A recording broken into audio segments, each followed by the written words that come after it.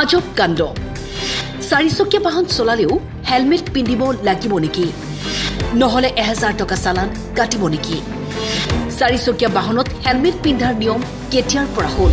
গাড়ীত আসলতে হেলমেট পিন্ধাৰ নিয়মটো কেতিয়াৰ পৰা আৰম্ভ হ'ল প্ৰশ্ন এজন যুৱকৰ লখিমপুৰত সংঘটিত হ'ল এক আজব ঘটনা চাৰিচকীয়া বাহনৰ চালক আৰু কাষতে বহি থকাজনে হেলমেট পৰিধান নকৰাৰ বাবে কাটিলে অনলাইন চালান পুৱা কামলৈ বুলি লখিমপুৰৰ পৰা ধেমাজিলৈ ৰাওনা হৈছিল বাহনখনৰ গৰাকী কণ্টেক্ট পাছতে লখিমপুৰ পুলিচৰ ফালৰ পৰা অনলাইন চালানৰ মেছেজ এটা পালে চাৰিচকীয়া বাহনৰ চালক আৰু কাষতে বহি থকাজনে হেলমেট পৰিধান নকৰাৰ বাবে 1000 টকা জৰিমনা বিহা হয়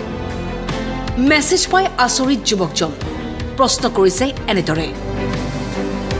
ঠিক ৰাতিপুৱা 9:15 মান বজাত মই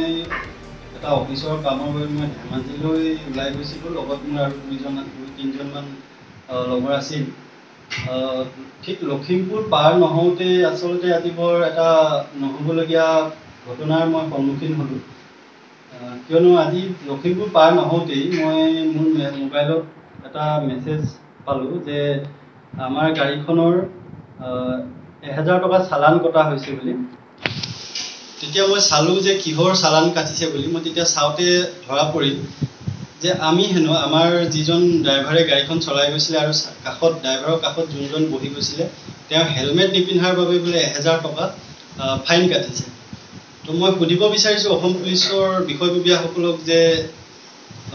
গাড়ীত আচলতে হেলমেট পিন্ধাৰ নিয়মটো কেতিয়াৰ পৰা আৰম্ভ হ'ল ঠিক আছে তেওঁলোকে যদি আমাক হেলমেট নিপিন্ধাৰ বাবে জৰিমনা ভৰিবৰ কাৰণে তেওঁ আমাক চালান পঠাইছে কিন্তু মোৰ আৰু এটা প্ৰশ্ন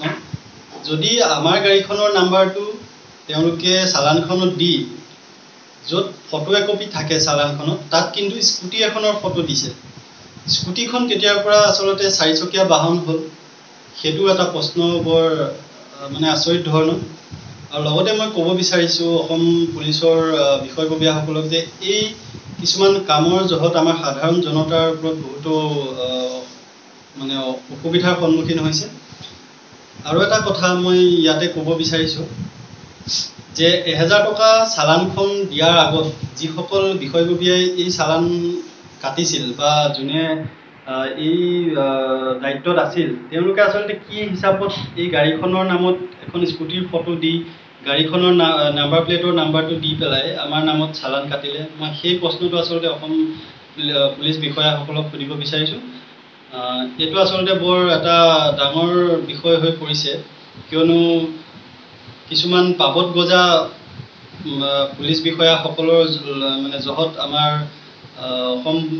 অসমৰ ৰাইজৰ কিছুমান অসুবিধাৰ সন্মুখীন হৈছে আমি তেওঁলোকে ৰাইজৰ সুৰক্ষা কৰক আমি তাত ক'বলগীয়া একো নাই কিন্তু ৰাইজৰ সুৰক্ষাৰ নামত আচলতে সাধাৰণ ৰাইজৰ মূৰত ৰাম টাঙোন সোধোৱাটো আমি আচলতে ভাল পোৱা নাই এখন স্কুটিৰ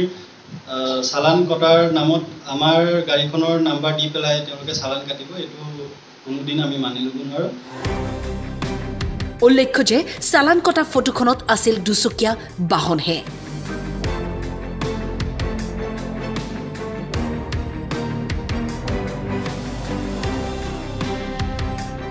লখিমপুৰৰ পৰা ইঞ্জামামুল হকৰ ৰিপৰ্ট টাইম 8